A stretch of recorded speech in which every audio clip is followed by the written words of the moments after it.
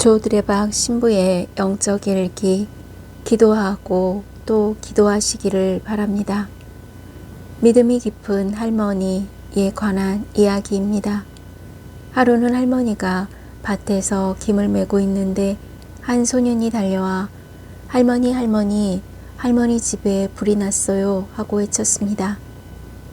할머니는 조금도 당황하지 않고 밭에서 무릎을 꿇더니 하느님께 기도했습니다. 하느님, 이제까지 잘 먹여주시고 입혀주시며 잘 살게 해주셨으니 집이 불타 없어진다 해도 하느님께서 돌봐주시리라 믿습니다.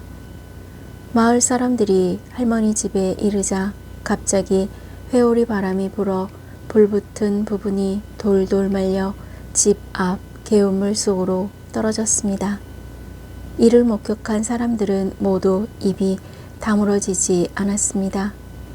이후 사람들은 할머니를 기도의 할머니라 불렀습니다. 아멘. 오늘 복음을 보면 예수님께서는 이런 믿음을 지닌 한 백인대장을 두고 감탄하셨습니다. 과연 이런 믿음은 어떤 믿음일까요? 한 백인대장에게 중풍으로 드러누워 있는 아픈 종이 있어서 예수님께 도움을 청합니다. 예수님께서는 백인대장의 간청을 들으시고 친히 내가 가서 그를 고쳐주마 하시자 백인대장은 대답하였습니다. 주님, 저는 주님을 제 지붕 아래로 모실 자격이 없습니다. 그저 한 말씀만 해주십시오. 그러면 제 종이 나을 것입니다. 백인대장은 카파르나움에서 가장 크고 좋은 집에서 살았습니다. 많은 종이 있어서 예수님을 잘 대접할 수 있었습니다.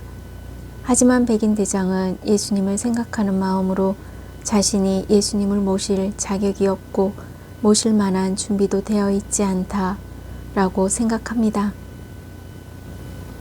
중요한 것은 백인대장이 단순히 종의 병을 고쳐야겠다는 생각뿐만 아니라 깊은 믿음으로 예수님을 생각하고 예수님께서 하시는 일을 생각하면서 자신을 낮추고 있었던 것입니다. 왜냐하면 예수님께서 회개한 세리 마테오의 집에 들어가 음식을 잡수신 것을 두고 비난을 받았습니다.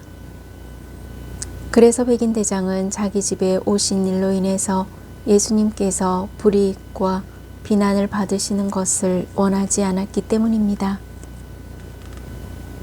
백인대장은 예수님의 말씀에 능력이 있음을 믿고 말합니다.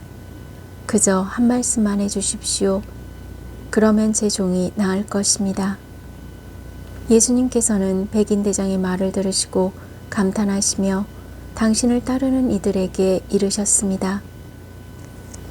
내가 진실로 너희에게 말한다. 나는 이스라엘의 그 누구에게서도 이런 믿음을 본 일이 없다.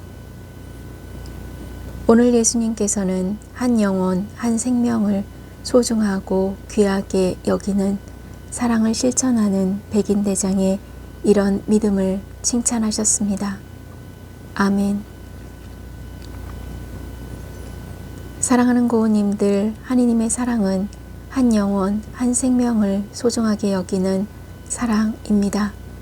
그러므로 말씀을 믿음으로 하는 기도는 결코 헛되지 않고 놀라운 힘과 능력이 있습니다.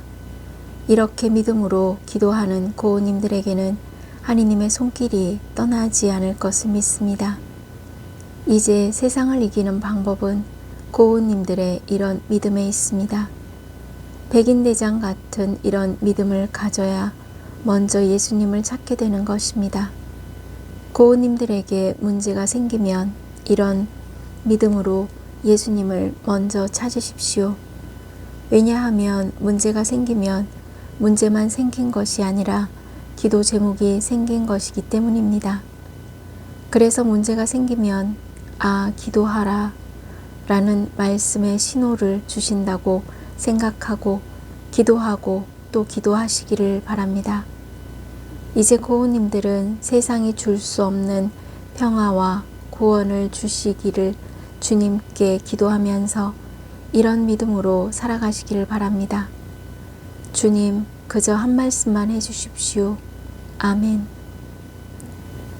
저두레박 사제도 기도하라 라는 말씀의 신호를 받고 비오니 몸과 마음이 아픈 이들과 아픈 이들을 돌보는 고은님들 그리고 고은님들의 자녀들에게 주님의 치유와 회복의 은총이 임하시기를 기도합니다. 아멘. 영적 일기를 마무리하면서 주님, 그저 한 말씀만 해주십시오 라고 고백하는 이런 믿음으로 고은님들은 예수님의 도우심을 바라면서 드리는 겸손한 기도로서 평화와 구원을 누리는 치유와 회복의 은총을 누리시기를 주님의 이름으로 강복합니다. 아멘.